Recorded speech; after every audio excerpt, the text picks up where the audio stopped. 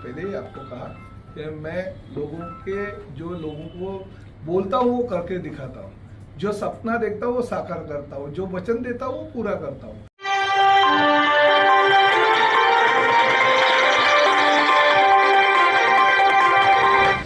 जय हिंद दोस्तों, मैं हूं इंग्लिश खान और आप देख रहे हैं घूमता आईना।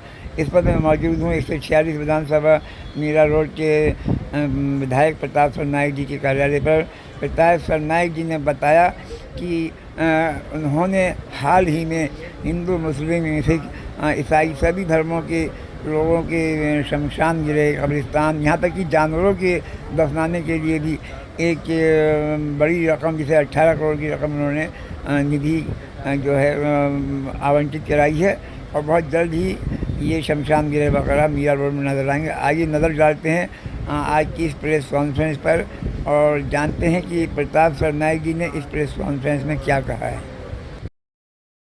कि हमारी जनता को बहुत दिन से उनकी मांग थी कि मीरा भाईंदर शहर की लोक संख्या बहुत ही बड़ी, ज़्यादा पैमाने पे बढ़ रही है और साथ ही में हमारी जो पहले की शमशान भूमि थे, कब्रिस्तान थे और दफन भूमि थी, उनकी संख्या बहुत ही कम थी। साथ ही में हमारे लिंगायत समाज के लोगों के लिए अंत्यविधि के लिए जगह नहीं थी। हमारे धर्म गुरु जो जैन समाज के, उनके लिए स्पेशल जगह लगती है, वो भी नहीं थी। हमारे घर में जो पालने वाले जो हमारे डॉग्स लवर रहते हैं या कैट लवर रहते हैं, उनके लिए भी अंत्यविधि के लिए जगह कहीं पे भी उपलब्ध नहीं थी। तो ये पिछले एक डेढ़ साल से मैं हमारी सरकार आने के बाद राज्य शासन के पीछे लगा था। मैंने 2 जगह जो है वो राज्य शासन से फाइनल करके ली, एक तो भाईंदर ईस्ट में और एक मेरे कॉन्स्टिट्यूंसी में वेस्ट और ईस्ट में, दोनों में। तो सर्वे नंबर 247 जो है वो हमने जगह ले ली है, उस पर रिजर्वेशन डाला सर्वधर्मीय स्मशान भूमि और कब्रिस्तान का, और साथ ही में वेस्ट में जो 352 सर्वे नंबर था उसमें भी हमने रिजर्वेशन डाल दिया। राज्य शासन के पास जब भी मैं ये पीछे लगा था, तभी इसको निधि की भी जरूरत थी, क्योंकि कॉर्पोरेशन के पास पैसा नहीं था। तो माननीय मुख्यमंत्री जी को मैंने विनती की और हमारे इस स्मृति उद्यान जो हमारे हरिश्चंद्र आमगांवकर माजी नगर सेवक थे और कोरोना कार्यकाल में हमसे चले तो छड़ गए, तो उनके नाम पे ये स्मृति उद्यान का निर्माण हम कर रही है। मीरा भाईंदर शहर की पहली शमशान भूमि होगी कि वहाँ पर्यावरण को आगे सामने देखते हुए हमने लकड़ों का वहाँ पे कुछ भी वापर नहीं होगा। वहाँ पे सिर्फ गैस और इलेक्ट्रिक दाहिनी होगी, जिससे हम अंत्यविधि कर सकते हैं। और साथ ही में हमारे लिंगायत समाज के लिए हमने स्पेशल जगह रखी है। वहाँ पे हमारे जो जैन धर्मगुरु है उनकी मांग थी, उनके लिए स्पेशल जगह रखी है। और साथ ही में जो घर में पालने वाले जो प्राणी रहते हैं उनके लिए भी अंत्यविधि के लिए जगह रखी है। और साथ ही में हमारे मुस्लिम कम्युनिटी के सिया हो, सुन्नी हो या बोरी हो या खोजा हो, उनकी भी बहुत मांग थी, तो उनके लिए भी जगह, और क्रिश्चियन कम्युनिटी के लिए भी जगह रखी है। तो इस तरह से ये स्मृति उद्यान सभी जाति धर्म को लेकर हमने वहाँ पे निर्माण करने जा रहे हैं। राज्य शासन ने जो 18 करोड़ की निधि दी थी, उसमें से 15 करोड़ रुपये इस स्मृति उद्यान के लिए दिया है और जगह पे उसका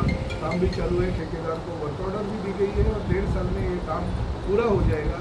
और 352 जो सर्वे नंबर है उस पर भी 12.5 एकड़ की वो ज़मीन है, उसके ऊपर कंपाउंड वॉल और गेट बनाने के लिए हमने 3 करोड़ की राशि का प्रबंध कर दिया। और भविष्य में जो भी खर्चा उसके लिए होगा वो खर्चा भी राज्य शासन के माध्यम से हम करेंगे। तो ये मीरा भाईंदर शहर का पहला ऐसा पर्यावरण पूरक हम स्मृति उद्यान बनाने जा रहे हैं, जहाँ पे पार्किंग की व्यवस्था होगी, उद्यान का निर्माण होगा।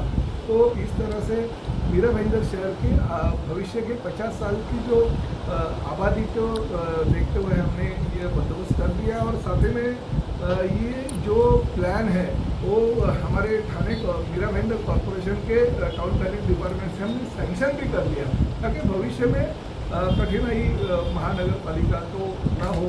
क्योंकि कुछ लोग ऐसे हैं कि जानबूझकर ऐसी जो ज़रूरतें हैं वो नहीं होने के लिए भी कोशिश करते रहते हैं। तो इस तरह से ये अगर हम प्लान सैंक्शन करके लेंगे, सीसी लेंगे, तो जगह पे हमें किसी भी चीज़ की तकलीफ नहीं होगी।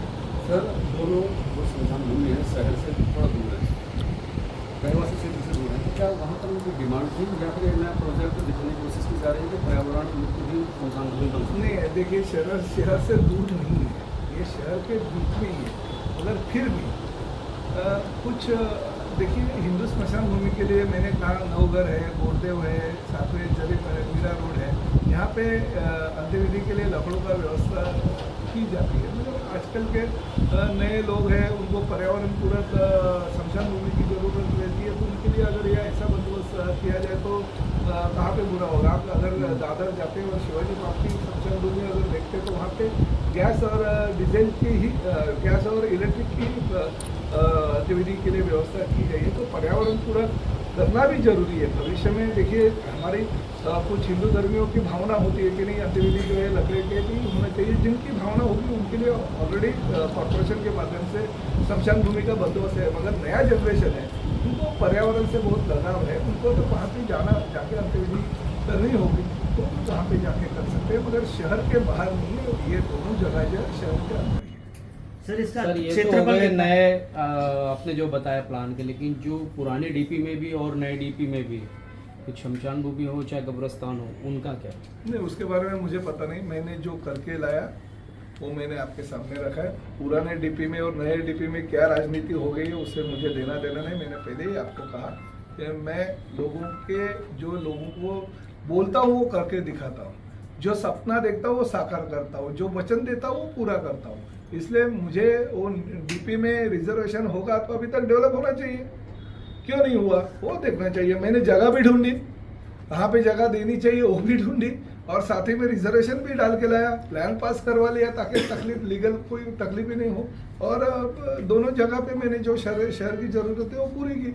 अभी जिसको भी वो डेवलपमेंट करनी होगी पुराने डीपी के अनुसार वो करे, अच्छा है। और भी जगह जरूरत है शहर को भविष्य में होने वाली है। सर इसका क्षेत्रफल कितना है टोटल? बहुत अच्छा ये विकल्प निकला है, क्योंकि उन्हें बहुत समस्या हो रही थी, वो तो उनकी भी व्यवस्था जो है वो पूरी तरह इको फ्रेंडली ही होगी। हाँ, इको फ्रेंड वो मशीन अभी आपके मालूमात के लिए बोलता हूँ, वो भी मैं प्रेजेंटेशन कुछ एक 10-15 दिन में कधी पर्यंत येणार आहे मशीन ती 15 दिन अजून 15 दिन, तो उसका प्रेजेंटेशन भी दूंगा मैं। फर्स्ट वीक में वो मशीन आ जाएगी 15 दिन के बाद में। तो कुछ नहीं करना पड़ता है, खाली वो मशीन में वो जो भी पशु है उनको डालना पड़ता है, तो उसके माध्यम से हो।